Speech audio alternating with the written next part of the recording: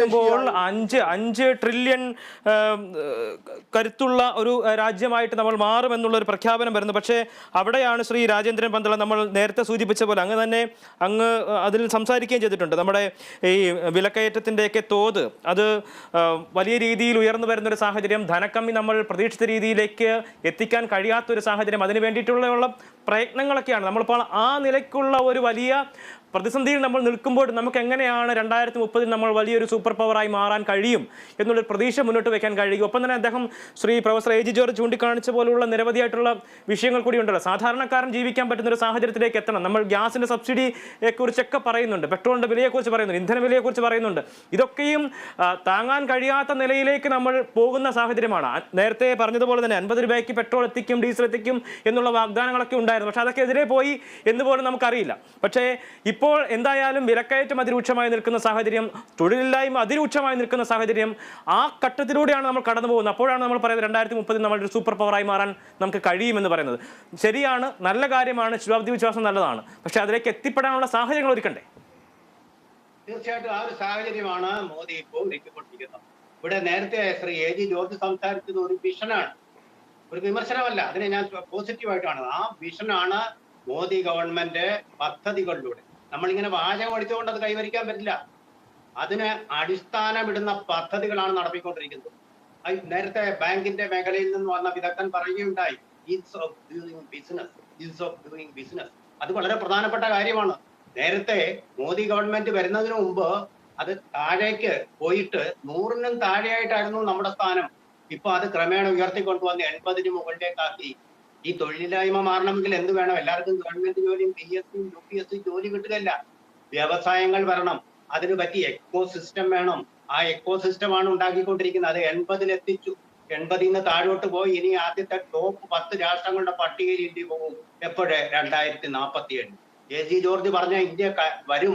അദ്ദേഹം കണ്ടോളൂ, 2047 അത് സാധ്യത പ്രായമാവുന്ന രീതിയിലേക്കാണ് ഇന്ത്യയുടെ രഥവേഗം അദ്ദേഹം കൂട്ടിക്കൊണ്ടിരിക്കുന്നത്. ഒരു സംശയം, കാലിബ്രേറ്റഡ് ആക്ഷനാണ്. കുടുംബത്തിന് വേണ്ടി സമ്പാദിക്കുകയല്ല, രാഷ്ട്രീയ അധികാരത്തിന് വേണ്ടിയിട്ടല്ല, ഇന്ത്യക്ക് വേണ്ടിയാണ് അദ്ദേഹത്തിന്റെ പദ്ധതികളെല്ലാം. വേറെ ഒരു ലക്ഷ്യവുമില്ല. അഴിമതി ഒരു തരത്തിലും പ്രോത്സാഹിപ്പിക്കാത്ത രീതിയിൽ കുതിച്ചു പാഞ്ഞുകൊണ്ടിരിക്കുകയാണ് ഇന്ത്യയുടെ വികസനം. അതുപോലെ തന്നെ ഇപ്പൊ തന്നെ 4ാമത്തെ ലോക സാമ്പത്തിക ശക്തിയായി ഇന്ത്യ മാറിക്കഴിഞ്ഞിട്ടുണ്ട്. അത് പരസ്യമായിട്ട് എന്തുകൊണ്ട് പറയുന്നില്ല എന്ന് എനിക്കറിയില്ല.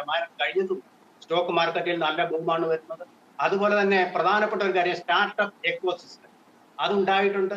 ഇപ്പൊ ഒരാൾക്ക് ഗവൺമെന്റിന്റെ ഒരു ജോലി കിട്ടുക, അപേക്ഷിക്കുക, അത് പല മാസങ്ങൾ കൂടുമ്പോൾ കേന്ദ്ര ഗവൺമെന്റ്, മോദി തന്നെയാണ് ഈ റോസ്ഗാർ എന്ന് പറഞ്ഞിട്ട് ജോലിക്കുള്ള ആപ്ലിക്കേഷൻ ഓൺലൈനായിട്ട് കൊടുക്കുന്നത്. അത് പോകട്ടെ, അതുകൂടാതെ സ്റ്റാർട്ടപ്പ് എക്കോ സിസ്റ്റത്തിൽ ഒരാളൊരു ജോലി, ഒരു സംരംഭം തുടങ്ങി അവിടെ 4ഓ 5ഓ പേർക്ക് ജോലി കൊടുക്കാൻ കഴിയുകയാണ്. അത് തൊഴിലാണ്.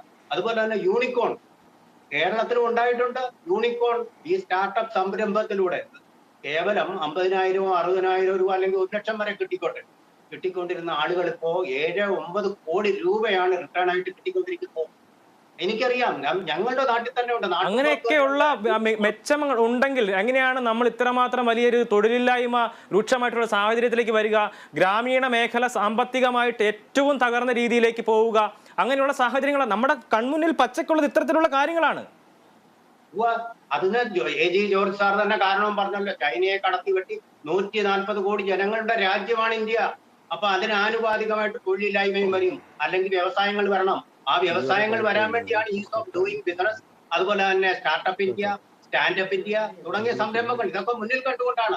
അതുപോലെ ആ രംഗത്തേക്ക് യുവാക്കൾ പോകാൻ വേണ്ടിയായിരുന്നു കാർഷിക ബില്ല് അവതരിപ്പിക്കാൻ തുടങ്ങിയത്.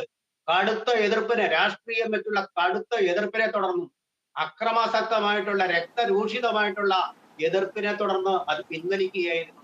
ഉടനെ അവിടെ കോർപ്പറേറ്റ് സെക്ടർ കയറി വരിക, ഇങ്ങനെയൊക്കെ ആരോപണം. പണ്ട് കേരളത്തിൽ കമ്പ്യൂട്ടർ വന്നപ്പോൾ ഇത് തൊഴിലില്ലാതാകും, ടില്ലർ വന്നപ്പോൾ അത് കൃഷി കാർഷിക തൊഴിലാളികളുടെ തൊഴിലില്ലാതെന്ന് പറഞ്ഞില്ല ആക്കിയതുപോലെ അത് നശിപ്പിച്ച് സർക്കാർ കൊണ്ടുവന്ന കാർഷിക ബില്ല് അങ്ങനെ കർഷകർക്ക് വേണ്ടിയിട്ട് അല്ല, പുണ്യം ചെയ്യാൻ വേണ്ടി കൊണ്ടുവന്നല്ലോ. അതിനെതിരെയല്ല അത്ര കർഷകർക്ക് വേണ്ടത്ര ബില്ല് എന്തിനാണ് പിന്നെ അങ്ങനെ നിർബന്ധിച്ച് അടിച്ചേൽപ്പിക്കാൻ നോക്കുന്നത്? അതായിരുന്നല്ലോ അവിടുത്തെ പ്രശ്നം.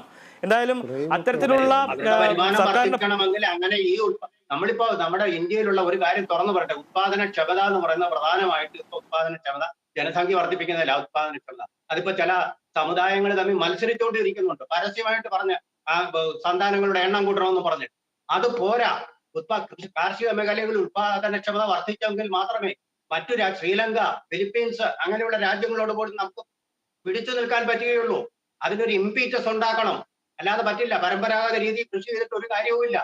അപ്പൊ അതിന് വർദ്ധിപ്പിക്കാൻ വേണ്ടിയിട്ടുള്ള ഒരു ബില്ലായിരുന്നു കൊണ്ടുവന്നത്. കർഷകർക്ക് അതുകൊണ്ട് തീർച്ചയായിട്ടും വൻ നേട്ടം ഉണ്ടാകുമായിരുന്നു. അത്തരത്തിൽ മെച്ചപ്പെട്ട മികച്ച ഒരു ബില്ലായിരുന്നെങ്കിൽ കർഷകരെ എന്തുകൊണ്ട് അത് ബോധിപ്പിക്കാൻ കഴിഞ്ഞില്ല എന്നുള്ള ചോദ്യം കൂടിയുണ്ട്. എന്താണ് ശ്രീ എ ജി ജോർജ്, ഈ ഇത്തരത്തിലുള്ള ബജറ്റുകൾ വരുമ്പോൾ, കേന്ദ്ര ബജറ്റ് വരുമ്പോൾ സ്വാഭാവികമായും ചർച്ച ചെയ്യുന്ന ചോദിക്കുന്ന ഒരു ചോദ്യം കേരളത്തിന് എന്ത് കിട്ടും എന്നുള്ളതാണ്. നമ്മളോട് അല്ലെങ്കിൽ കേരളത്തോട്